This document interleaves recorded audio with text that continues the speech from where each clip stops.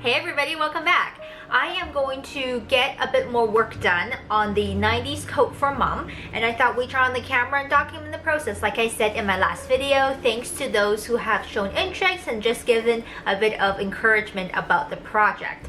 Now, I don't exactly know like if I'm going to film this in like nice little neat chunks. I might just film in clips while I'm working, and then depending on how long each video ends up being, I'll kind of gauge how much to put together. I don't want these to be super long, but I also don't want to be doing like heavy editing. This is not like a high production value kind of a series. So to refresh your memory, this is the McCall's 6789 sewing pattern from the 1990s, and I'm looking to make this view here as a coat for mom.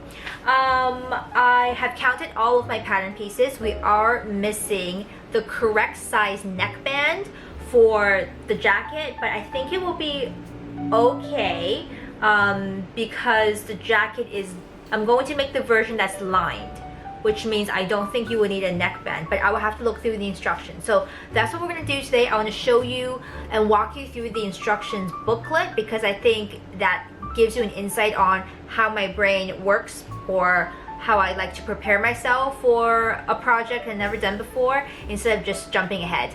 And we are, of course, sewing, as always, on a very gloomy, rainy day outside. I have got my leftover bit of Arizona. Anyone love this? This is like my favorite guilt-free, here I'll show you on the side. This is my favorite guilt-free drink. I feel like it's not a lot of calories, and it feels, it's like light, but it's just like, it's a treat, and it's not carbonated. I'm not super into carbonated drinks, so I've just got a bit left, so I might just drink like from the Tetra Pak. Don't judge me. All right, let's go and have a look at the instructions for our sewing pattern. These are the two pieces of instruction that the sewing pattern comes with. I'll start here. I always like to look at the front line drawings. That's usually the first part of your instructions. They show you a really clear technical drawing. And I find it important because you can really see how the garment is meant to be constructed. Straight away, we notice that there is no sleeve piece. It is all in one cut together. I like that. It's kind of fussy to set in a sleeve. It's not my favorite thing to do, and I'm not that good at it, so I like that it's all in one. The only thing with this kind of sleeve is this curve here gets a little tricky. You gotta be careful, make sure you clip it, make sure you like go around the curve properly. That's the only tricky part. I am going to sew the version without the bottom, so either B or C. I think that the version I'm looking at was C. It just, the only difference is having the buttons and not having the buttons. Turned up cuffs and just a rounded neckline, so I like that. I am going to skip over all this fluff and stuff about how to lay out your cutting pieces, only because I know I have enough fabric and I'm fairly decent with laying out. If you're a beginner, definitely use this. I do always like looking at the different pattern pieces that you need for the project, especially if the envelope has many different styles in one. So let's see what we need. It looks like we have the pocket piece, a pocket lining. What is number 6? Oh, sleeve facing, right? Because this is the one with the turn up sleeve, so the lining does show. Neck facing. Now I have an issue with this little piece here. I wonder if you can see this little piece, which is the lining at the back of the neck. When I went through all the pattern pieces, it looks like the one for the size that was cut out is missing. So size small is missing, but I do have size medium, so I might just kind of fudge it and fix it as I'm sewing. We'll see. You need front pieces, back piece, lining piece, and it looks like there is a facing around the neckline and the front edge. Now I don't know if this is only for the unlined version or also for the lined version, so we will read the instructions and find out. Okay, let's look at the second piece. Actually, is there anything on the back? I should have looked on the back. Oh yes, there is. Okay, let's see what's happening here. There's instructions on this side on if you are sewing with faux fur or anything with a nap, so directionality is important, but that is not us. I think we're gonna start here. Okay, so up here, it seems like they want us to start by working on the pockets first and doing the lining for the pockets. If you're doing the lined coat, you'll have a lined pocket. I like that.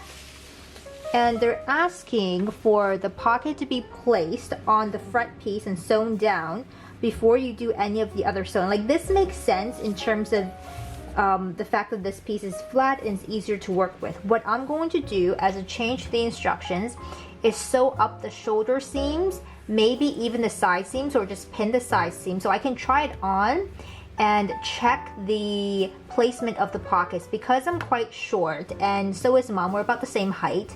I don't want the pockets to be too low for her, so I might move it up a little bit. So that's the only difference I would do there. So that's everything on this page. Let's look at our second page. Okay. This fabric key, if you're not used to reading instructions, this is pretty useful. It tells you what the different colors denote. Right side, wrong side, interfacing, and lining. So that's helpful if you're sewing with things that have a lot of different pieces.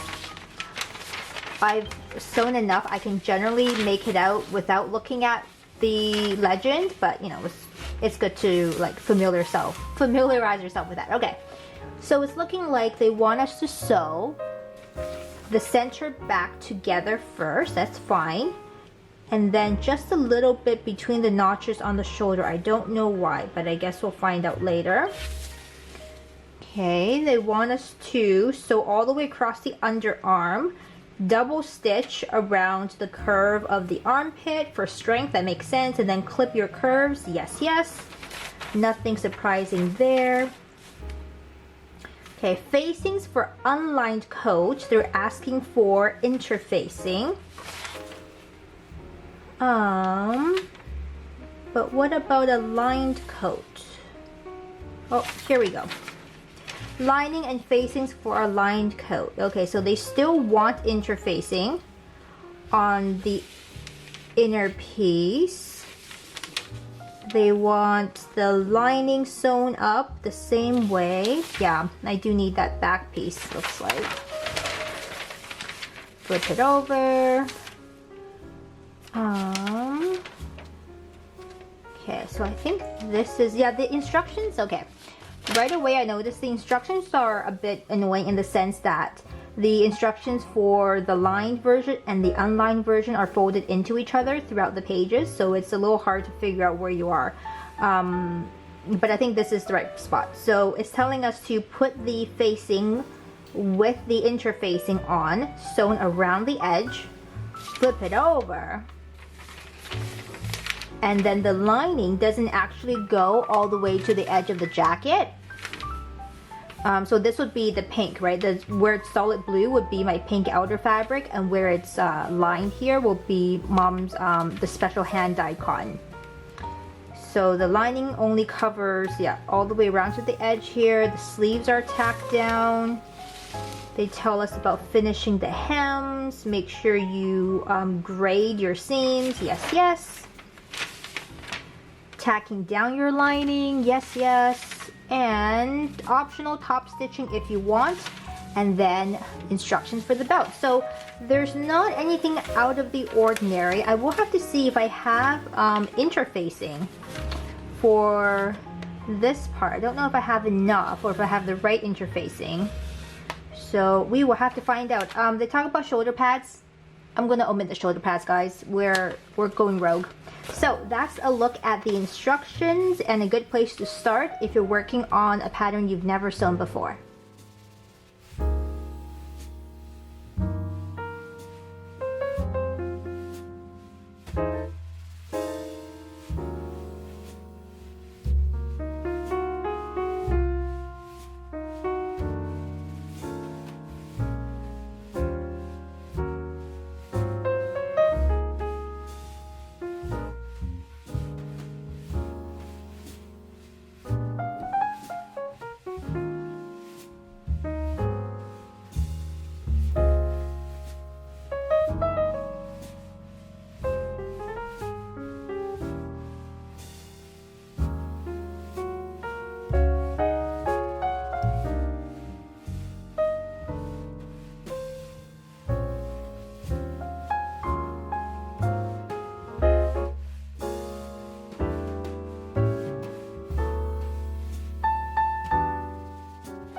So what I did just now was iron out my pattern pieces.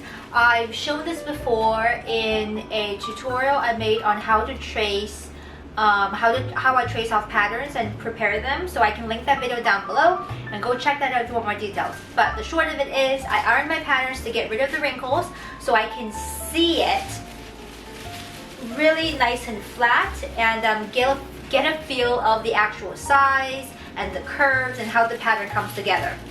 So I'm actually just holding the front piece. So this is the outside piece for the front. And these sleeves are humongously long. We're gonna have to do some fixing up the sleeves. Usually what I do, I'm not super duper fussy about the length of sleeves, like it doesn't have to be perfect. I'm going to actually fold in the sleeves where it says, you know, to shorten or to shorten, fold on this line. So there's a line here. I'm just gonna kind of fold it up roughly.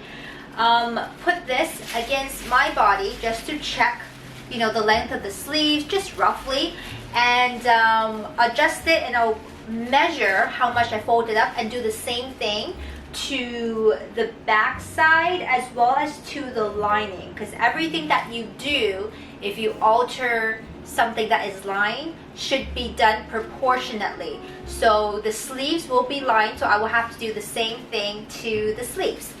That's what I'm going to do, and I might add in some clips of that, but that might be all we're going to get to today.